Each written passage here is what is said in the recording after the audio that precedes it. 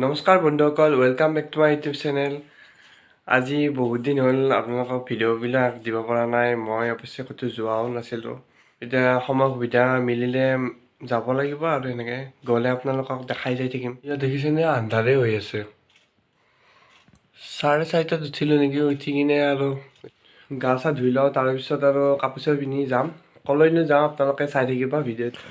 ওলাই ল'লোঁ, এতিয়া যাব লৈছোঁ। যাওঁ মাই যাওঁ, বাই বাই। আহিছি কৈ গাড়ী আহিছি বোলে। এইটো বাবু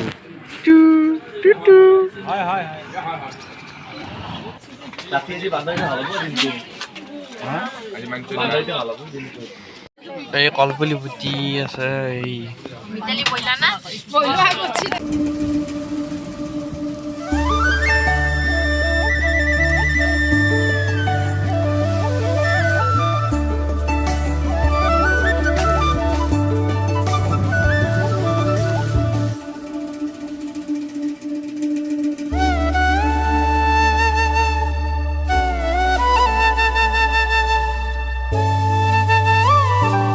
এতিয়া আমি পালোঁ জাগিৰোডত নামিছোঁ।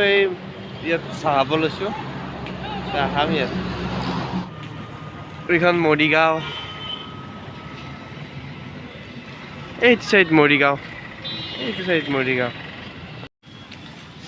ফাৰ্মাচী বিচাৰিব লগা হৈছে। বমি কৰিছি নে?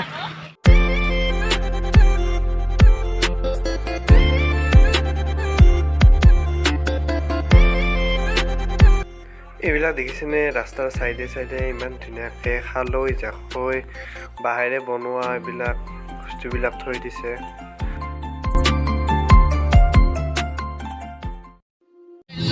আমি পাই গ'লো মহামৃত্যুঞ্জয় মন্দিৰ। আৰু আমি এতিয়া পাই গ'লোঁ ইয়াৰ পৰা, এইটো ৰাস্তাৰ পৰা 3-4 কিলোমিটাৰৰ ভিতৰত মহামৃত্যুঞ্জয় মন্দিৰ। এই গেটটো দেখিছেনে? এই গেটটো আপোনাৰ মহামৃত্যুঞ্জয় মন্দিৰ নহয়, স্বাধীনতা আন্দোলনৰ প্ৰাণ আহুতি দিয়া বীৰ জোৱানসকলৰ ওপৰত বনোৱা গেট।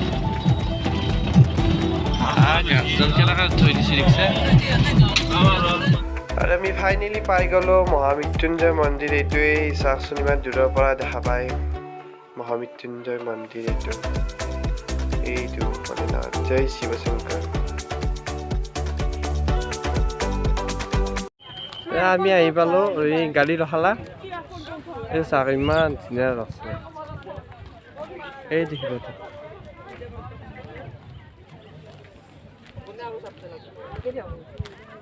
হয় নাই?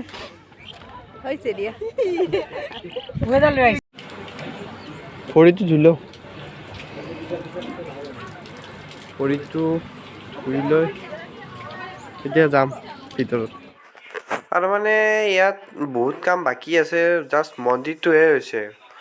ইয়াত চাচোন কনষ্ট্ৰাকশ্যনৰ কাম বহুত বাকী আছে, বহুত বনাবও আছে এইবিলাক। পিছাল চাবি গিলা মাতি না আগে আছারি যাই আছা 50 টাকা ধৰিলো 110 টাকা ৰাখি মানিলা 100 টাকা দাও নহয় দিও বাৰু এইটোই দিও সকলোকে 100 টাকা কৰি লোৱা ভাইটি তিনটা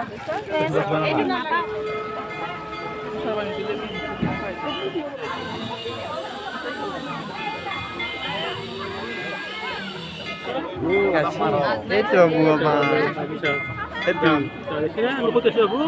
আমি আছি মহামৃত্যুঞ্জয় মন্দিৰত না ওম নমঃ শিৱায় ওম নমঃ শিৱায় तेरे सामने है झुका मेरे सर पे हाथ रख तेरा नमो नमो शंकरा भोले राम शंकरा जय तेरो नाम शंभु हे शिवाय शंकरा नमो नमो शंकरा भोले राम शंकरा सुंदरदेव हे महेश्वरा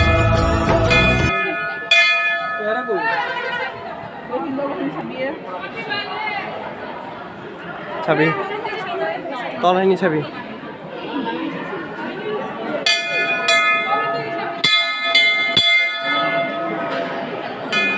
এই পালাই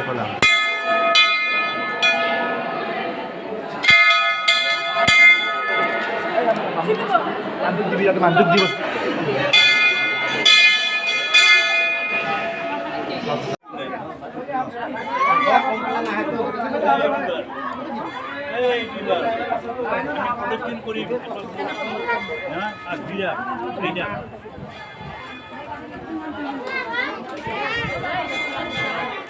এই বৃহৎ ফাটটো দেখিছেনে?